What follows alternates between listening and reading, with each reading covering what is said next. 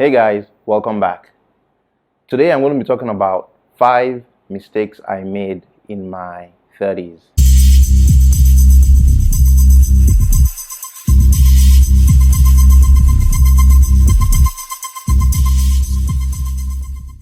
Right, so 5 mistakes I made in my 30s.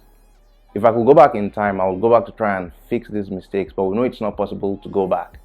The truth is, all we have is, the time we have now, the present, as well as the lessons from the past. And I think the best thing we need to do is to, look back at those lessons from the past, learn from them, so that we can create the kind of future that we desire.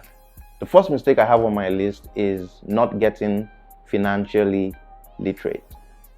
So I didn't have any real plan for my finances, and I wasn't prudent with regards how I spend money, and I wasn't so serious about my savings. Luckily for me, I was able to identify where I was making mistakes and I made corrections as required. One book I would recommend for financial planning is Rich Dad, Poor Dad. You probably have read the book, but if you haven't, please get a copy. That book contains a lot of good information on how best to go about saving and investing. The second mistake I have on my list is not nurturing healthy relationships. So I took a lot of relationships for granted. Relationships with friends, relationships with family, and it's not like I did this intentionally. So when I look back, it's kind of like I didn't have the right skill sets to nurture healthy relationships. I probably just didn't know any better. Healthy relationships are required for successful living, because if you think about it, our relationships are actually our most valuable assets, because at the end of the day, that's all we're really going to have.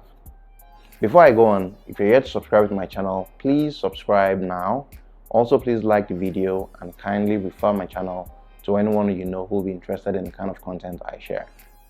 The third mistake I have on my list is being carried away by shiny objects. I'm sure guys will know what I'm talking about.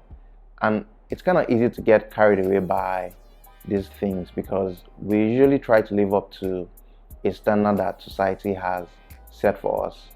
But then at some point, we come to see that these things really don't benefit us in any way. And the quicker we realize this, the better for us. The fourth mistake I have on my list is not investing enough time in things I was interested in. So over time, I took interest in different things. For example, learning a new language, learning how to play the piano, or learning how to play the guitar. But because I never prioritized practicing or learning these things, I never got the kind of results I wanted. Now, I'm not saying we must put in extra effort into everything we take a fancy to, but getting to be skilled at something besides just living might not be a bad idea, as it can actually help to improve the quality of our life. The fifth and last mistake I have on my list is not traveling enough. Now, I like to travel.